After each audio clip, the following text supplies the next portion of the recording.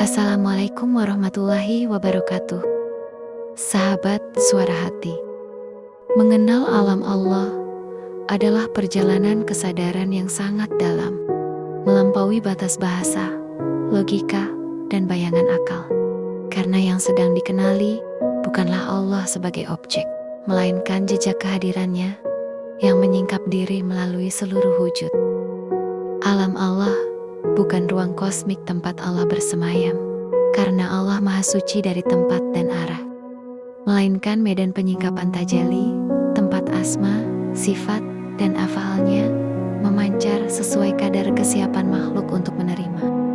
Seluruh alam, dari yang paling halus hingga yang paling kasar, dari alam arwah, alam mitsal, hingga alam jasad, adalah satu rangkaian kesatuan yang saling terhubung, bagaikan gelombang-gelombang cahaya yang berbeda frekuensi, namun bersumber dari satu matahari yang sama.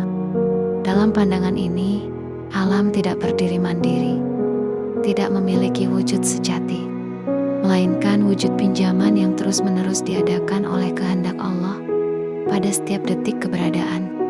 Seandainya kehendak itu ditarik sesaat saja, maka lenyaplah seluruh alam tanpa sisa. Makrifat hikmah mengajarkan bahwa manusia diciptakan sebagai mikrokosmos, rangkuman seluruh alam dalam satu tubuh dan kesadaran.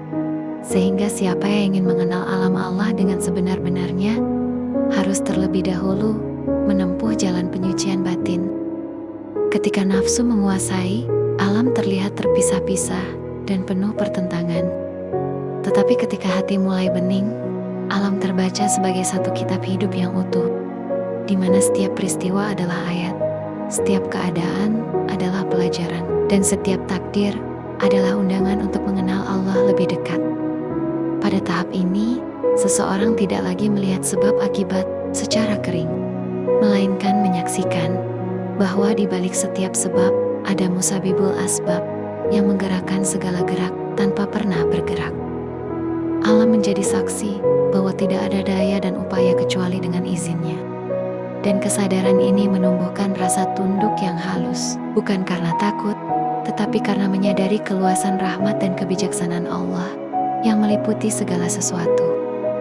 Lebih dalam lagi, alam Allah dalam makrifat hikmah dipahami sebagai proses berkelanjutan, bukan ciptaan yang selesai di masa lalu.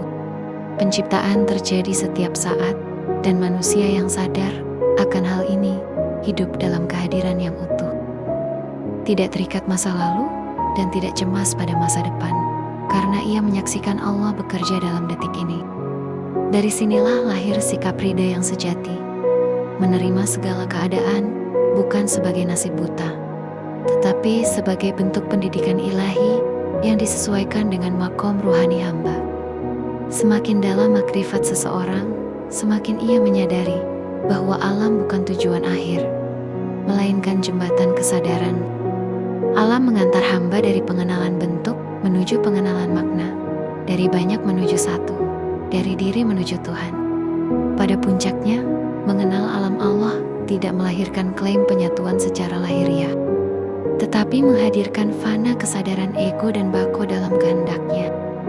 Hamba tetap hamba, Tuhan tetap Tuhan, namun jarak batin yang dahulu terasa jauh, kini lenyap oleh kehadirannya yang intim. Alam tetap terlihat, tetapi tidak lagi mengikat. Dunia tetap dijalani, tetapi tidak lagi menguasai.